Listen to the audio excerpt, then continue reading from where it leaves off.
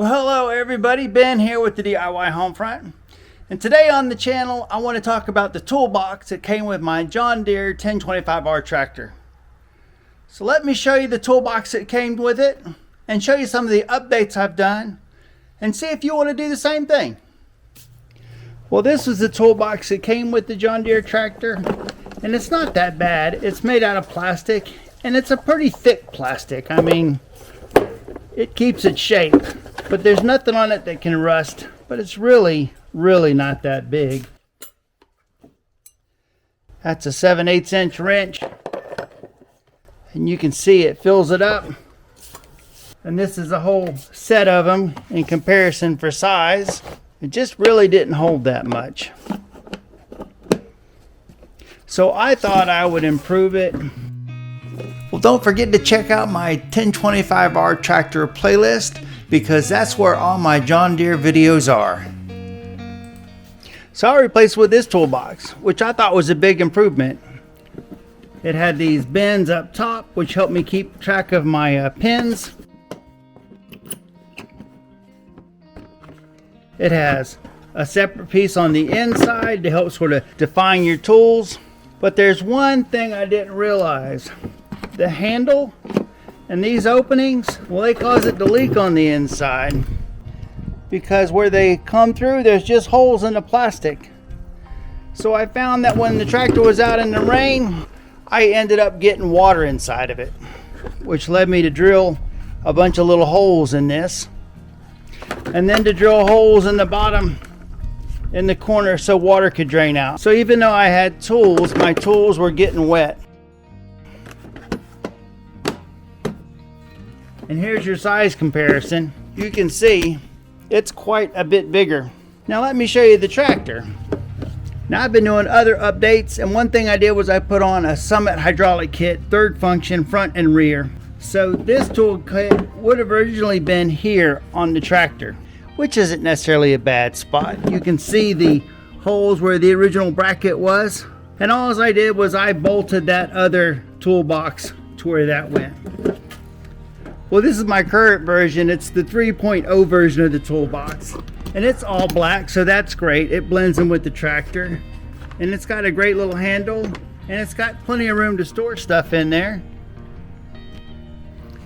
But it had a handle on it, and I didn't want it to leak, so I ended up drilling some holes in the back so water could run off, and then I hot glued it from the outside and then the inside.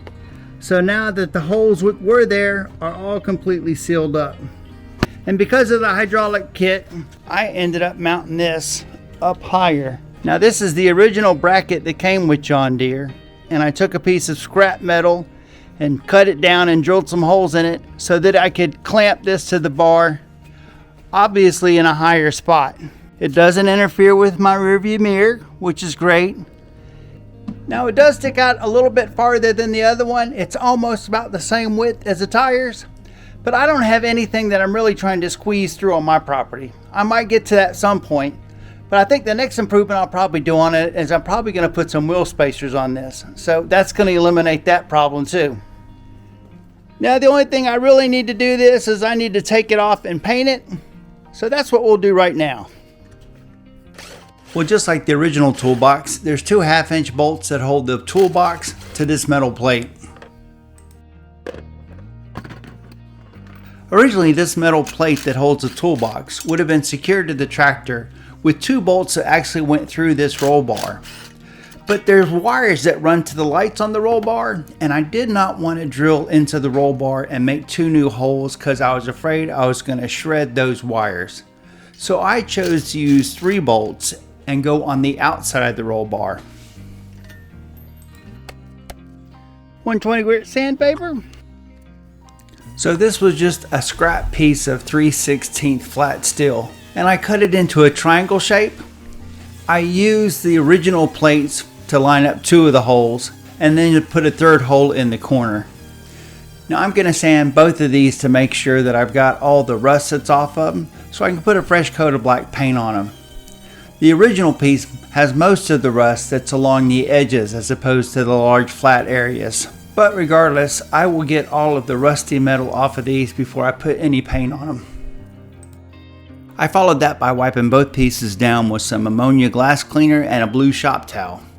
Before I paint these pieces black, I'll get 2 coats of Rust-Oleum rusty metal primer on these pieces, especially the one that I cut out of the 3/16 plate. I decided to hang these pieces up before I painted the other side with the primer, and I thought that would also make it easier when I go to paint these pieces black, since I'm going to put at least 2 coats of black paint on them.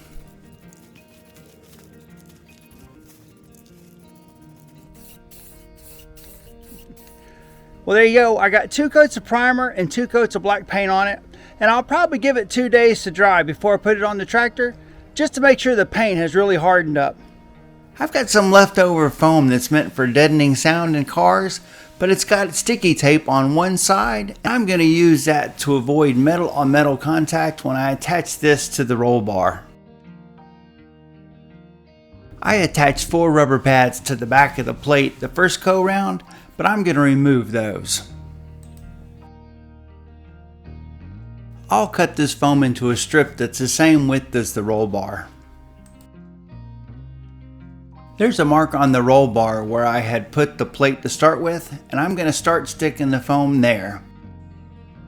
I'm not sure how long my foam strip needs to be cut, so I'll just start sticking some of it on there, and then I can take my metal plate and put a mark on it and cut it to the right length.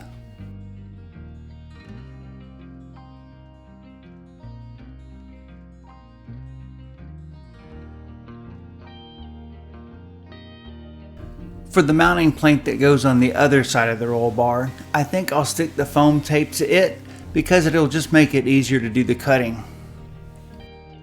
Alright, well, with the foam sorted out, let's get this bracket mounted. With 2 of the bolts hand tightened, I could move the whole bracket assembly around a little bit and get it positioned exactly where I wanted before I put the 3rd bolt in and tightened all 3 up. I drilled 2 holes in the toolbox so I could mount it the same way as the original was. And after I tightened up those 2 bolts, I went ahead and loaded it up with all the stuff I keep in this toolbox, which is actually quite a bit. And that includes the bolt and wrenches to hold on the stump bucket. Well, there you can see it sticks out maybe just barely more than the tire. Not much. It looks a lot better. It blends with the tractor now that it's black. Well, there you go, another little project done and something to make my life a little easier. Well, thanks for watching. Like, subscribe, check out all my crazy playlists, and I'll see you in that next video.